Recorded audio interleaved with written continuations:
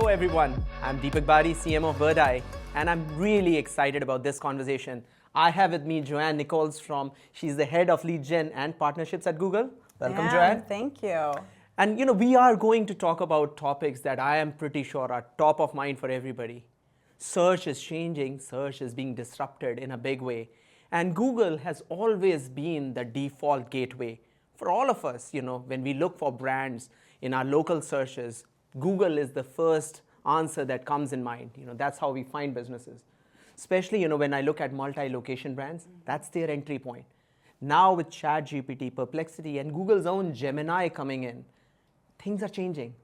What are the big changes, Joanne, you are seeing in the marketplace when it comes to discovery? Oh man, I would say what hasn't changed. I've been at Google almost 23 years, and the more I think about it, as things change, so much also stays the same. Google's been unwavering in its belief in users trusting the platform and also in finding all the information and making it universally accessible to consumers. So while technology has changed, our approach hasn't. How do we surface the most relevant and reliable information? How do we make it presented in a way that's useful and easy for you to find? And how do we also protect your privacy? But to answer your question directly, I would say two things we've really seen change a lot. One is the questions that we're all asking, you, me, consumers.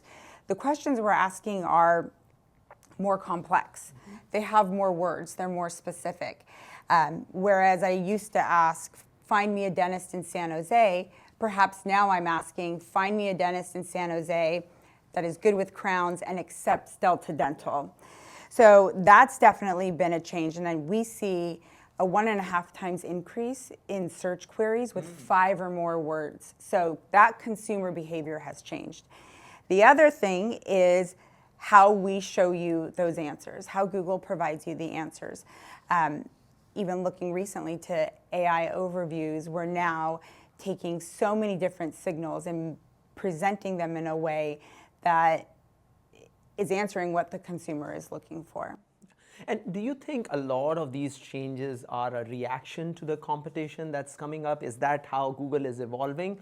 Or do you think there is something inherent that Google is finding which is missing in the current SERP model where there's an ad, bunch of ads, and then a bunch of organic results that have traditionally been shown? I would say Google always, and I have only my own experience working at the company for so long, we've always adapted and tested based on where the consumer or the user is also using the platform and tools. And I think there are definite benefits for the consumers because, although we are seeing, and there is empirical data that suggests that some brands are losing around 50% of the traffic or more from the clicks because now there are overviews coming. But simultaneously, another thing that is also true is the intent of consumers that come in after that. That's much higher because a lot of the questions have already been answered. Right. So I think it's a win-win in some ways because consumers are getting a better experience and then, obviously the traffic that goes to the brands is much more qualified. Let me ask you the biggest question, the elephant in the room question. Is Google's dominance going down? Google has, like I mentioned in the introduction, has always been the default standard. And certainly there's a lot of chatter around OpenAI, around Perplexity. Is it here to stay, the dominance of Google, the default choice? Well, I'm going to tell you that we've always loved competition. I think we were talking earlier in the early days. There was a company called Overture that we worked, that one would say could have been a competitor of ours, or Yahoo, Facebook, Meta. So I would rather say that Google probably cares more about the search experience, probably more than any other company out there. So we care deeply about what users find helpful, understanding how they're using the platform, understanding how they're using other parts of our Google-owned and operated properties. And we're going to adapt to what they find most useful. And of course, the whole search ecosystem, making sure clients also are getting the relevant leads and customers that they're looking for. If I look at the local businesses that we support, they continue to rely on Google.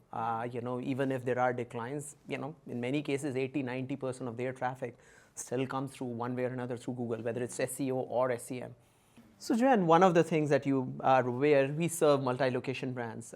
These are big companies having anywhere from 50 locations to 5,000 plus locations, and they have very unique needs. They rely on map back. People search for, hey, best pediatrics dentist near me, and suddenly a bunch of results show up. A lot of that is changing even in Gemini, because the answers are limited. There are very specific answers that are given. To your earlier point, it is because we are trying to answer the question rather than give all of the information that we have access to. How does that impact our local brands, when multi-location brands, when they think about their strategy on how to excel in Google? What's the impact of this change for them, and what would you advise them? Yeah, one of the things I would definitely say is to really embrace being agile and really embrace adapting. The idea of a set it and forget it strategy doesn't really exist anymore in this world. So that is having fresh imagery, making sure your reviews are up to date, making sure that you're answering any consumer questions that they may have in those reviews. That's going to be critically important. I know that's something that Birdeye does very well for their customers. And being open to how all of this will evolve real time. Sometimes when talking with other clients or businesses out there, it can be frustrating that this space moves so much, but we're moving as a reaction to the consumer. Yeah, and I think you are hitting the nerve there, because unless people are adaptable to the change, they will be left behind. We are seeing that across the board. Right. There are customers and prospects that we know that they want to be at the cutting edge. Right. They are not trying to optimize for the changes in the algorithms, because that's a losing battle. You cannot. Even during our conversation, algorithm might have been updated. Right. But I think to stay ahead of the curve, they need to make sure they adapt those changes. They bring in AI components. They refresh the content.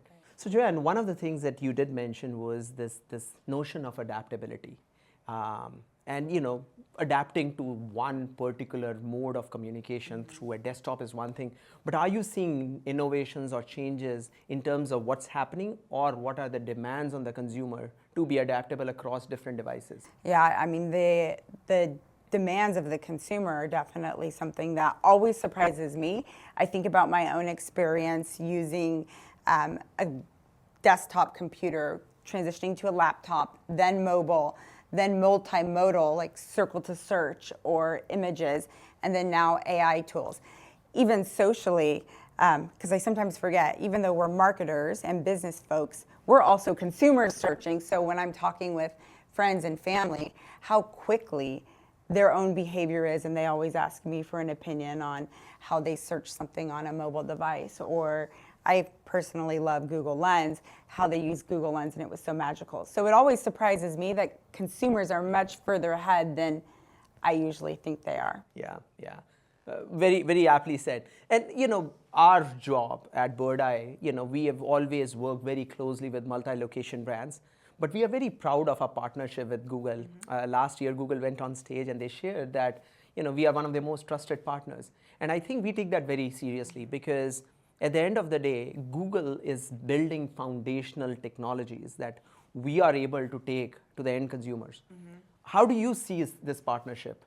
Well, we love working with your team. Obviously, one of the things that leads to a lot of success is well-structured, fresh first-party data. And for your marketing campaigns, you're definitely doing that.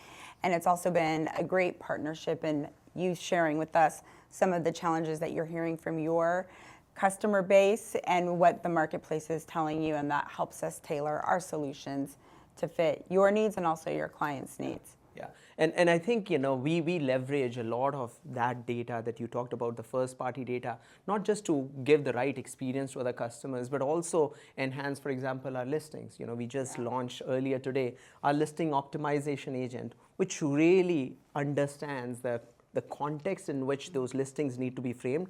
What is it that people are searching for? What are the biggest trends? What are competitors doing to really enrich some of that information? Because it informs not just listings, but it informs Google to make sure that the right answer is shown to the right people. Yes, it's so important, especially with AI overviews, that all of those signals, that data is real time and fresh, because that is a source that we are pulling from to deliver the right answer to the consumer. So Joanne, we serve a lot of verticals. There's healthcare, there's legal, insurance, property management, wellness, etc. You also happen to talk to a lot of customers in these domains. What are you seeing on the ground? Are they adapting to this new AI-first world, the changes that are bringing in Google? Are they scared? What's the ground reality? Yeah, I think everyone's trying to understand, and it's such a big space and fast evolving space that I see them trying to understand, getting their marketing teams or sales teams up to speed, but also it is okay to find other companies that specialize this and can help you with that. I think if you have a big enough marketing team or you have specialty and a knowledge base in-house, then of course, maybe you're a little bit more in depth with that. Yeah. But there are businesses like in law firms that I work with, they're not designed to be AI experts. They're designed to deliver legal services. So maybe in that case, they find a third party that can help them with something. Yeah, and we see that across our client base as well. And again, our philosophy is that we don't want our prospects and customers to be AI experts. Right. Google is building the foundational technology. We are building the last mile, capabilities like brand AI, which makes sure you don't have to know about the details of how your brand essence is captured in tone, in context, everywhere we pace. But we and our team of data scientists extracts all of that complexity away from you and take it to the nth degree and then put it out there in the real world. Totally. So I think that desire to really adapt to AI does not imply that they really need to understand how to do it, as long as they are in partnership with the right vendors. Exactly. I've seen some companies that say, can you come in and give us an AI 101? Yeah. Well, it's less of an AI 101. It's more of what are your strategies? Those should still be your strategies, and how can AI help you execute those more seamlessly or more transparently? So that's advice that I would give back to some of the clients that are trying hard to crack the AI code. And it's more of be okay releasing some control. Be okay that you're not going to know everything about AI or the space, but find the partners and platforms that can help you with that. Yeah. We have a lot of CMOs in the audience. Some of them might feeling that they are left out. Some of them might also Oh my gosh, feeling, not at all. Yeah, and some of them are actually trying to figure out, like, where should we start? Any advice for them? Like, what should they do today if they had to do something? I actually have two pieces of advice. One is relevant to today, and one I think is just good advice as a business leader. Relevant to today, I cannot underscore the importance of understanding what shape your first party data is in and asking your team, are we using this to get the most effective marketing campaigns? I think that's something that sometimes first party data or data in general lives with many different groups, perhaps different agencies, and a good handle on where that lives and how often it's refreshed and how you're using it is really good. The second piece of advice I would say, and this is just good business advice, is go through the process as if your customer is going through the process. I talked to a dentist and I said, well, have you tried to call the office using Google, Yelp, other methods? And they hadn't. I'm like, well, you should probably do that and see what your client experiences and if there's friction points.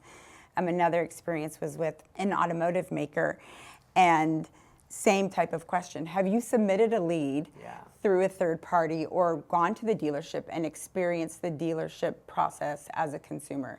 So I think that's something that CMOs and really any leader or business person representing a brand or company should do quarterly or every 6 months. Yeah. I think that power of feedback and really experiencing it yourself is really what you're saying will really make sure that they can up their game in terms of how they serve the customer. Right, and it's not to call out problems with the service, it's to see where there are potential points to improve or perhaps show problems that no one knew existed. Yeah, Yeah, you know, one of the things which is pretty relevant, like when I look at myself as a consumer, when I have to search for a new service, I'll go on Google and I'll say, you know, a doctor near me, or a dentist near me, or a lawyer near me. And oftentimes I'm heavily influenced by reviews. I'm heavily influenced by the listings and the way the information is presented. Now, obviously, AI is coming in and it's putting a different lens to some of that information. But do you believe reviews, listings are going to be still paramount as far as customer experience is concerned? As a consumer, I believe that. I read the reviews. I think they're really important. The consumer is looking at all different types of information. They're going to the website, they're looking at the Google Maps listing, and in many times reviews give a view of the experience or the service that you're not going to get anywhere else. I do it the same when I'm shopping for clothes or going to a restaurant or anything. I do take that information into account. Now, I don't make a total decision on a brand or a service based on that, but it's one piece of information that allows me to make a better decision. Makes sense. All right, Joanne, so one of the things that we have recently seen Google come out is with this AI mode. You know, it's a very new experience. You click on it and now, you know, the ads are gone away. It's just, you know, like ChatGPT, if I may say. But it's a very, very interactive experience. You're asking questions, providing you answers. That's a very remarkable change to how SERP has always been for ages, you know, at least last couple of decades. Do you think people will be able to adapt to it? Businesses will be able to adapt to it? Let me give you an anecdote when I started. So I started almost 23 years ago, and search was mostly bought as a CPM product. We had a CPC product, but it wasn't really that popular. And I remember going to clients and having to tell them that this CPM product was sunsetting and that all of Google search was going to be cost per click. And I can reflect on clients being very frustrated, very concerned, not really being able to understand what this meant for the future of their campaigns and this platform that they had come to rely on. And now fast forward, 20 years in, history has a way of kind of coming back around, and we're in a similar situation. So I absolutely think we'll adapt to it. Businesses will. They need to be agile and open to that. And it will require maybe doing things a little differently. Maybe it requires having a more regular refresh of your images or your data, but you'll adapt to it. We will. Awesome. Yeah, that's a fascinating story. And I think, yeah, you know, change is the only constant, right? And some of these changes are here to stay. So, you know, you better adapt or be left out. Right. And Google, again, like steadfast from all my time there, cares deeply about the consumer experience and cares deeply about the advertiser experience. So I have a lot of trust and faith that we also will adapt to what both of those, you know, groups get out of the platform and ensure that they still find extreme value out of it. Yeah. All right, Joanne, so let's go to the most important question, which is, you know, CMOs and marketing leaders are listening to this conversation today. They'll go back to their day jobs. What is that one thing that they should first do? I think adopt a spirit of experimentation. In the past, it could be, it might have been a set it and forget it type strategy. You launch a campaign, you let it run for 3 to 4, 6 months, and then you analyze the results. Now, having an experimental mindset and adopting a test and learn plan, I think is the one thing that could be an amazing tool for CMOs and a way to differentiate themselves from other businesses in the space. Thank you so much, Joanne, for joining us today. It was a fascinating conversation. I'm sure, you know, our audiences have benefited from it. I think it's always fascinating to hear from Google because, you know, like we mentioned throughout the conversation, Google has been and is continuing to be the default standard for pretty much all our traffic. And we really appreciate your candidness in this session. And thank you so much. Thank you. And thank you to all our audiences.